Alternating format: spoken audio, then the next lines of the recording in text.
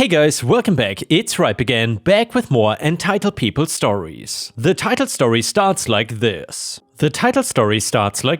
My wife and I have 3 wonderful children, Anna who is 7, Isaac who's 5, and Kelly who is 2.5, who we obviously love dearly, and we recently moved into a new home with them. Our old place had started to become crowded since the addition of Kelly, and we wanted to be in a neighborhood that had other families and was closer to their school. My wife is Korean and I am African American, which is an important detail to note. We are both very familiar with racism and the ways in which people show their ignorance, but we hope things will be better for our kids one day. We do our best to remind our kids that there are bad people in the world and reassure them that we will always protect them. The first time we viewed the house we eventually bought, we were struck by how lovely of a neighborhood it seemed to be in. Every house was well kept and we saw numerous toys strewn over lawns, which seemed like a good sign that this would be a safe place to raise kids. We looked around the house with our real estate agent and thought every part of the house was perfect for our family. Each kid would have their own room and plenty of space to play along with a comfortable backyard with a pool. The previous owners had put a perimeter around the pool itself, which was good because it meant the kids could play outside without worrying that they would fall into the pool without us realizing. By the time we left, we had already decided that this was the place we wanted and we worked on putting an offer on it. The move was pretty easy and we got some waves from various neighbors who happened to be outside while we were taking in all the furniture and boxes that we had brought from our old place. One couple came over to greet us and talked a little bit about the neighborhood.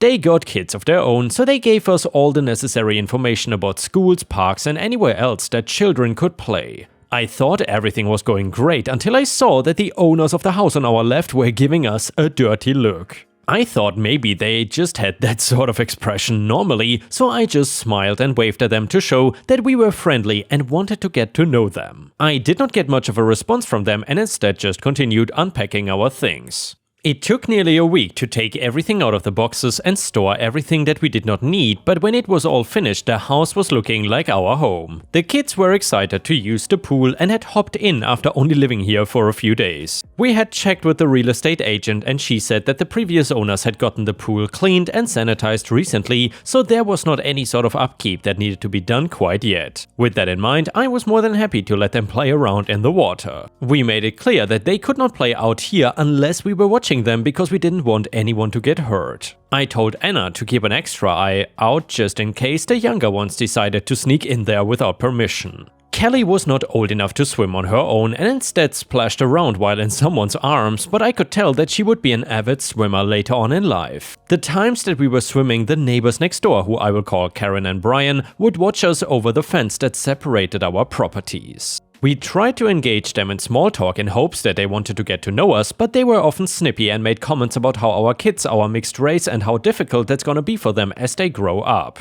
I thought they were trying to be supportive in a bit of an odd way, but it became clear that they did not think too positively about people of color and even complained to us about how many immigrants were in the country and that they wished black people still did not have the ability to vote. It's not something that I hadn't heard before and I wanted to ignore it since they are our neighbors and I didn't want to cause trouble. I thought that making friends with them could improve their opinion of people of color. They told us that the previous owners would let their kids play in the pool on occasion and they wondered if we would let them do the same thing. My wife was not so sure, but they insisted that they would only use it every once in a while and would clean up after themselves. We relented and said they could use it once this coming weekend and they took us up on it. By the time Saturday came around, I had somewhat forgotten about the whole thing until I heard a commotion coming from outside. I looked out and saw Karen and her husband and their 2 young kids running around the pool and splashing around. At one point, I noticed that the adults were asleep and were not paying attention to what the kids were doing, which made me nervous as it is incredibly easy for a kid to slip and hit their head or fall into the pool and drown. I went out there with the pretense that I was just saying hello and Karen woke up with a sigh and asked why I was bothering them. I mentioned that I would feel more comfortable if someone kept an eye on their kids for peace of mind and she said I was more than welcome to watch them.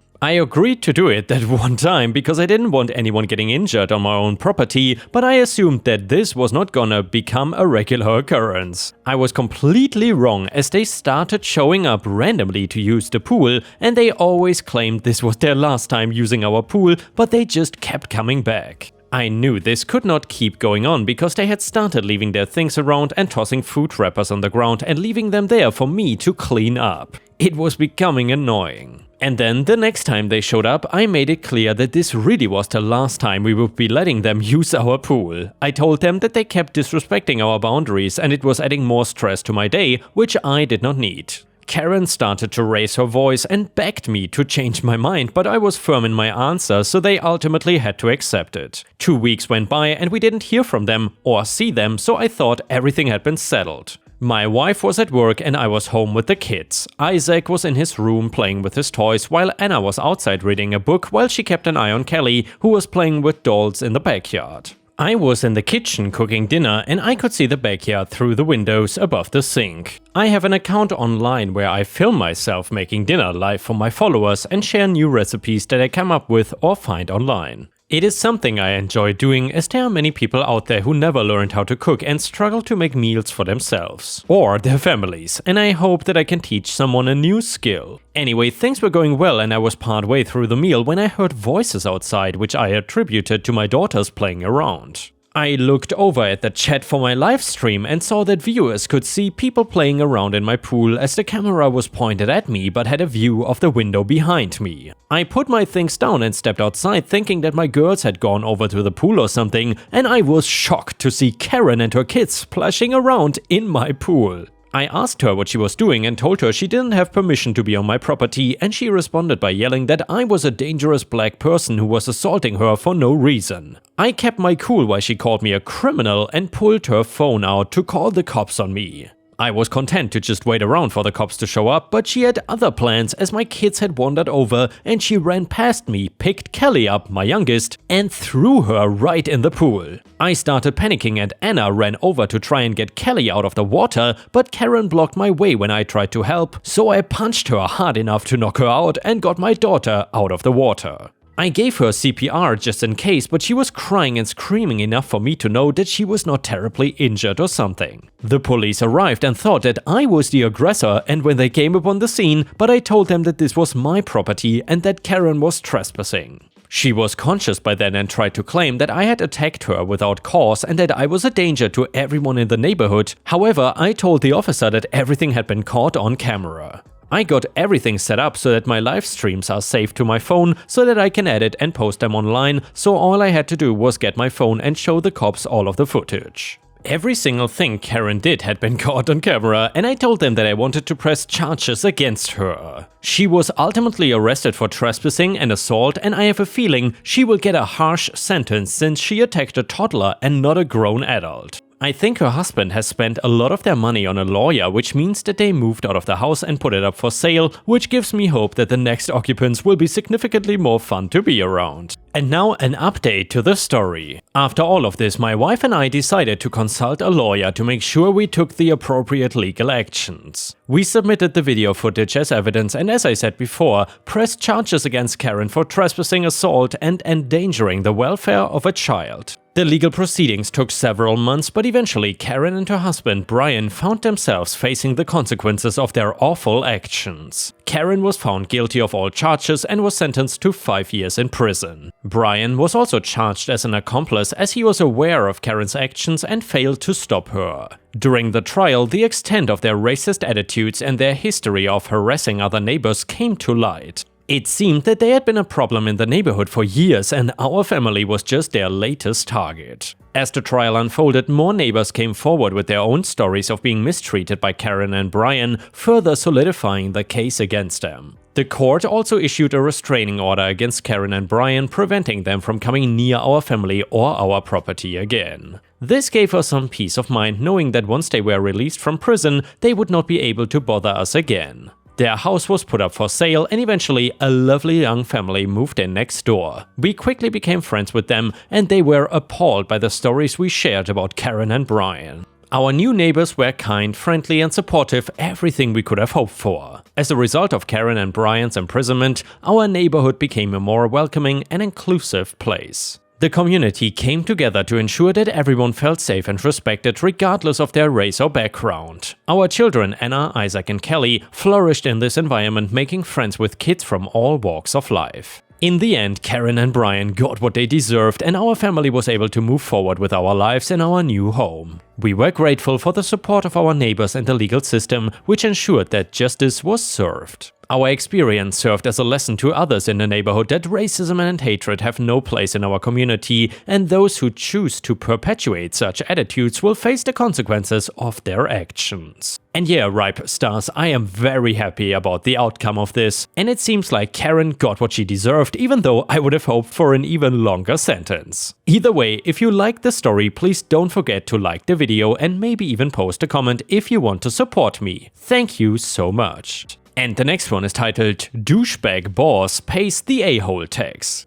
Let's call my a-hole boss Eugene, since his stinginess reminds me of Eugene Krabs from SpongeBob SquarePants, except Krabs is nowhere near malicious. So in order to display the full satisfaction of this revenge, I will have to describe a few, but not limited, things Eugene did that entitles him to being a complete jackass. For context, Eugene owns a small company that provides artistic services of some sort and never hired full-timers, which I later learned that it was due to his stinginess. Initially, when I saw the open part-time position, I thought it was ideal for me as I had external commitments and needed some sort of income. The job offers about $550 per month. I don't live in the US, so this is just a rough conversion, but only required me to clock in about 90 hours a month. It wasn't a very good offer, but good enough for me as I considered myself to be inexperienced in the field. Please note that Eugene had seen my portfolio and knew my ability level before hiring me. The first couple of months was fine. I worked the hours I was supposed to and got paid accordingly, occasionally extending my shift at my own time due to the nature of the work, but I didn't mind. I guess Eugene saw this as an advantage he could exploit later on during my employment. It's also important to note that Eugene would often ask about my well-being, how did I spend my weekends, etc. At this point in time, it all seemed like courtesy talk, so I didn't pay much attention to it. He would ask about my previous employment and my reason for leaving, which I answered honestly that their work system was unsuitable for me. This would be important later. Eugene gradually began to grow more impatient towards me, often blaming me for not being able to match up to his ability. Remember when I was inexperienced and thus the pay rate? Eugene had over a decade of experience in this expertise and he expected me to be at his level when I was only 3 months in. The stress was intense and I began working longer hours just to keep up and produce work at the best quality I could.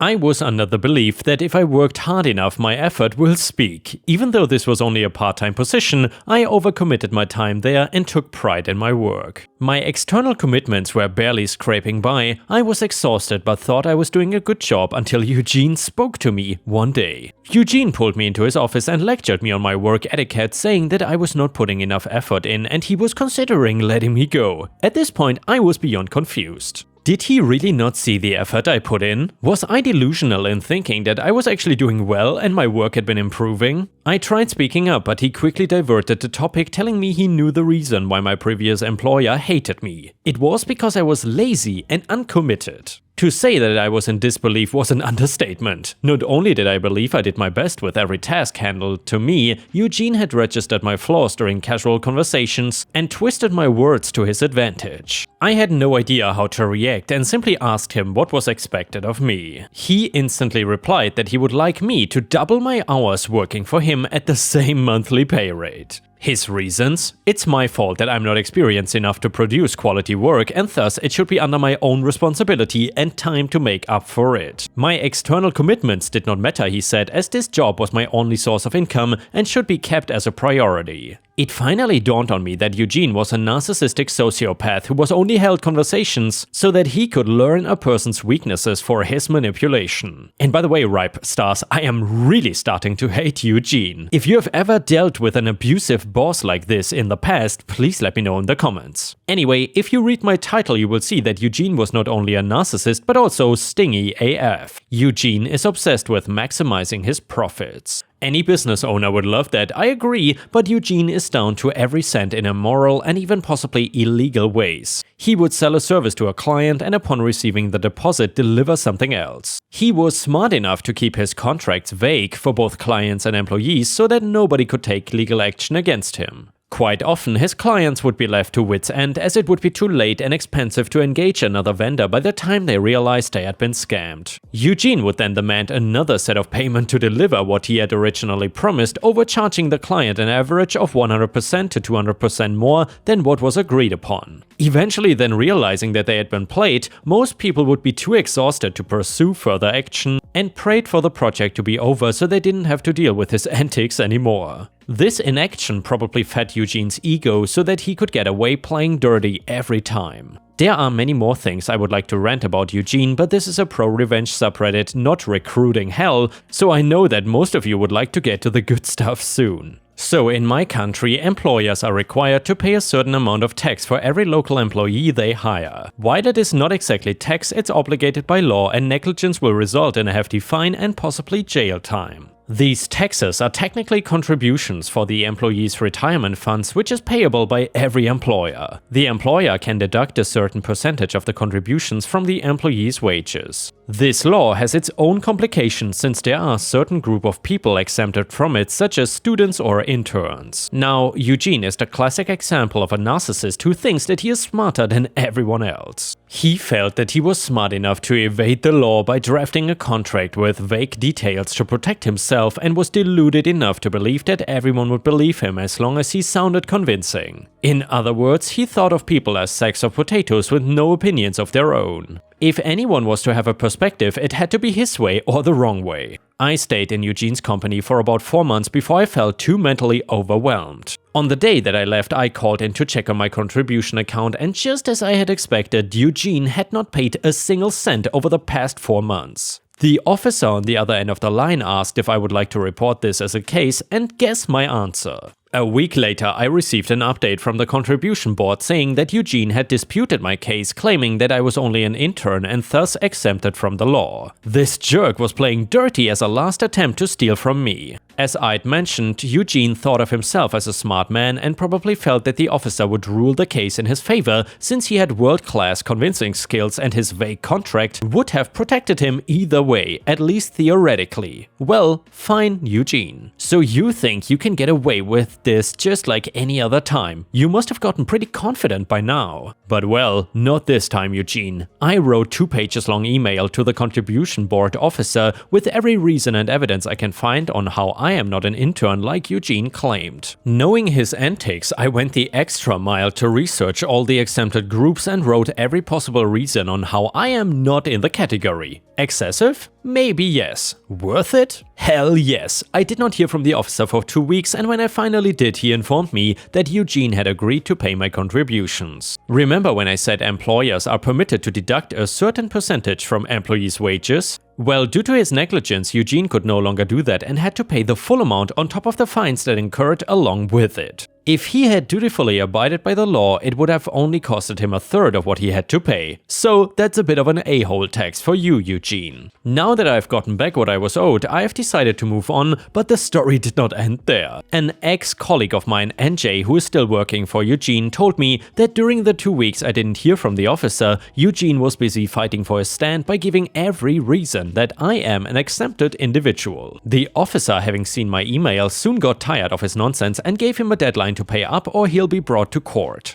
NJ said he had never seen Eugene so defeated before. To top it all off, it seemed like karma had finally caught up to him as he started losing more and more clients due to his unethical practices. The fine came to him when he had no clients that month, so it was a very obvious dent in his bank account. Ultimately, it was not a huge amount, but knowing Eugene's stinginess and ego, I think the damage was enough to qualify for this subreddit. And yeah, Ripe Stars, even though that is a satisfying ending, I would have hoped that something even worse would have happened to Eugene. I hate individuals like this, and this person is probably one of the worst bosses I've ever read about on Reddit. And with this, we have reached the end of the video. However, if you cannot get enough of my content, please check out my endless playlist where you can find thousands of hours of content. In addition, please don't forget to subscribe to my channel to not miss any of my daily uploads. Thank you so much in advance, and I hope to see you again tomorrow.